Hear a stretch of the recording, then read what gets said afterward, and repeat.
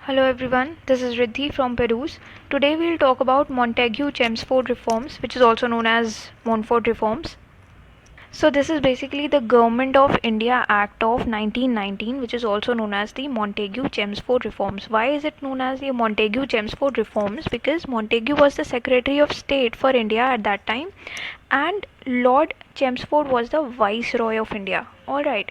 अब इस एक्ट के द्वारा क्या हुआ था, सबसे पहली चीज़ कि जो सेंट्रल कंट्रोल था ओवर द प्रोविंसेस उसको रिलैक्स कर दिया गया। कैसे रिलैक्स कर दिया कि जो सेंट्रल और प्रोविंशियल सब्जेक्ट्स थे उनको उनका सेपरेशन कर दिया।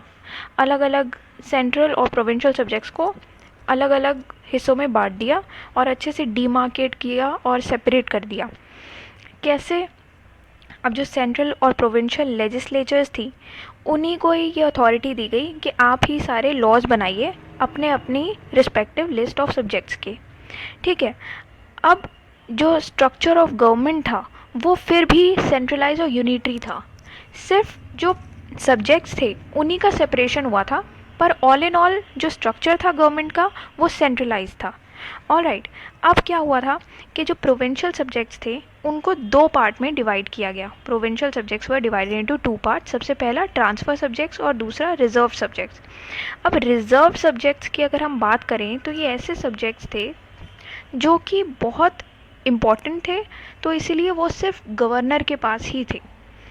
ऑल्दो अथॉरिटी ट्रांसफ़र सब्जेक्ट्स की भी गवर्नर के पास ही थी, पर रिजर्व सब्जेक्ट्स की एक ख़ास बात थी कि इन सारे सब्जेक्ट को गवर्नर जो थे वो एडमिनिस्टर तो करते ही थे और गवर्नर के एग्जीक्यूटिव काउंसिल जो थे वो एडमिनिस्टर करते थे।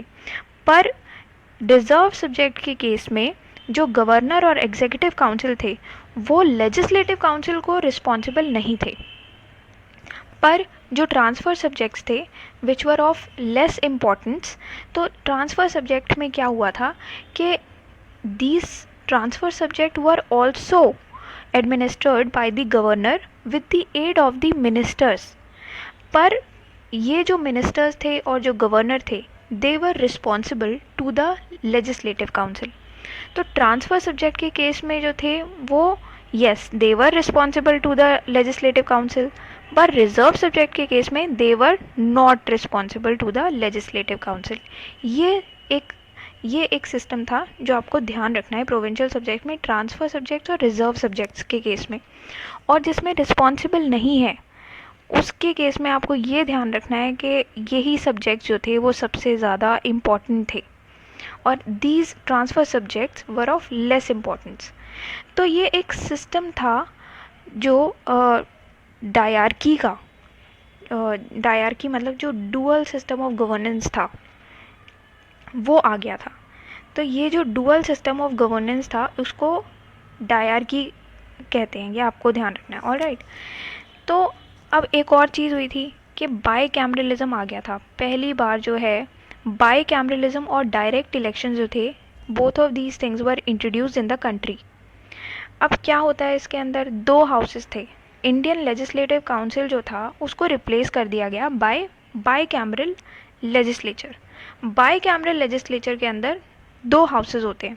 सबसे पहला तो होता है upper house which is the council of state, दूसरा होता है lower house which is the legislative assembly. तो ये दोनों हाउसेस थे बाई कैमरल लेजिस्लेचर के अंडर। ऑलराइट। और जो मेजॉरिटी मेंबर्स थे इन दोनों हाउसेस के they were chosen by direct elections. Alright. अब क्या हुआ था, जो वाइस रॉय का एग्जीक्यूटिव काउंसिल होता है उसमें टोटल 6 मेंबर्स थे। उन 6 में से जो 3 मेंबर्स थे उन वो इंडियन होने चाहिए। ये हो गया था कि 6 में से 3 मेंबर जो होते हैं वाइस रॉय के एग्जीक्यूटिव काउंसिल में वो तो भाई इंडियन होंगे। और जो पहले आपने जैसे देखा था कि 1909 में जो सेपरेट इलेक्टोरेट दिया था, कम्युनल रिप्रेजेंटेशन दिया था मुस्लिम्स को, तो ये separate electorate was given to the Muslims in the Indian councils act of 1909। तो अब ये जो government of India act of 1919 है that is the Montagu Chelmsford reforms, इसके अंडर क्या हुआ था, वो सेपरेट इलेक्टोरेट पहले वाले तो थे ही थे पर उसको एक्सटेंड कर दिया गया। अब जो ये कम्युनल रिप्रेजेंटेशन है उसको एक्सटेंड कर दिया गया by providing separate electorates for Sikhs, Indian Christians, Anglo Indians and Europeans. इन सबको जो था, इन सबको भी सेपरेट इलेक्टोरेट दे दिया गया. अब क्या हुआ था कि इन्होंने फ्रेंचाइजी भी ग्रांट की कुछ लोगों को. और कैसे ग्रांट की थी? On the basis of property tax और एजुकेशन. इसके बेसिस पे जो फ्रेंचाइजी थी उसको ग्रांट किया गया. अब क्या हुआ था कि पब्लिक सर्विस कमीशन जो था वो इस्टेब्लिश कर दिया गया था. तो एक central public service commission was set up in 1926. तो 1926 में central public service commission was set up. क्यों सेटअप किया गया था? For recruiting civil servants. तो सिविल सर्वेंट्स को रिक्रूट करने के लिए सेंट्रल पब्लिक सर्विस कमीशन जो था उसको सेटअप कर दिया गया था.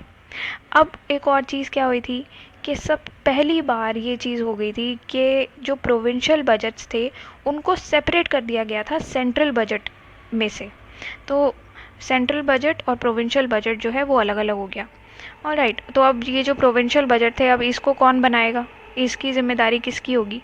तो जो प्रोविंशियल लेजिस्लेचर्स थी वही इनके बजट बनाएंगी. Provincial legislature he responsibility to enact their budgets.